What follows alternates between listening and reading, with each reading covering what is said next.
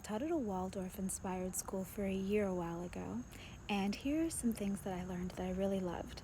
The reason I bring this up is because we're dreaming how to create a new society as our current one falls, and here's some of the great stuff that I picked up, at least from them along the way. First, part of required school supplies included bringing all-weather clothes. So along with the notebooks or whatever the kids needed, they also needed to bring galoshes, big raincoats, winter coats, gloves, hats, scarves, and so on. That's because in this style of schooling, they go outside every day, rain or shine. They're taught to love the earth in all her moods. The other thing was the way that they would call the kids in after recess.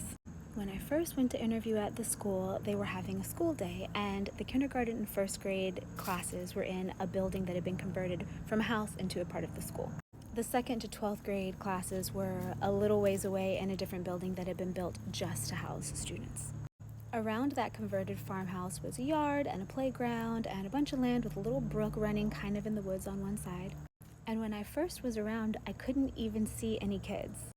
When the teacher wanted them to come in from recess, both the teachers, the first grade and the kindergarten teacher, went out onto the front porch, not at the same time, and rather than calling them in using English words, they used sound effects. The kindergarten teacher's sound was this little song of 3 or 4 notes that she just sang out across the field.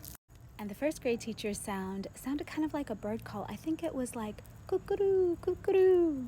So I saw both teachers, one by one, come out, make their sound, and then go back into the schoolhouse. And over the next minute or two, the coolest thing happened. From all the corners of the yard, all these little kids just started appearing out of nowhere. They had really been like playing down by the brook or over in the woods or behind the schoolhouse or wherever.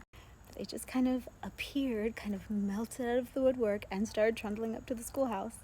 No arguing, no complaining, no grumbling. The teacher did not have to go get any of them, because that schooling structure, especially at that age, is based on songs and games and play and art. Those are just 2 of many examples that I think we need to implement in the new society that we're about to build. I would love to hear more ideas that you guys have too, and cool things you've seen. Have a great day.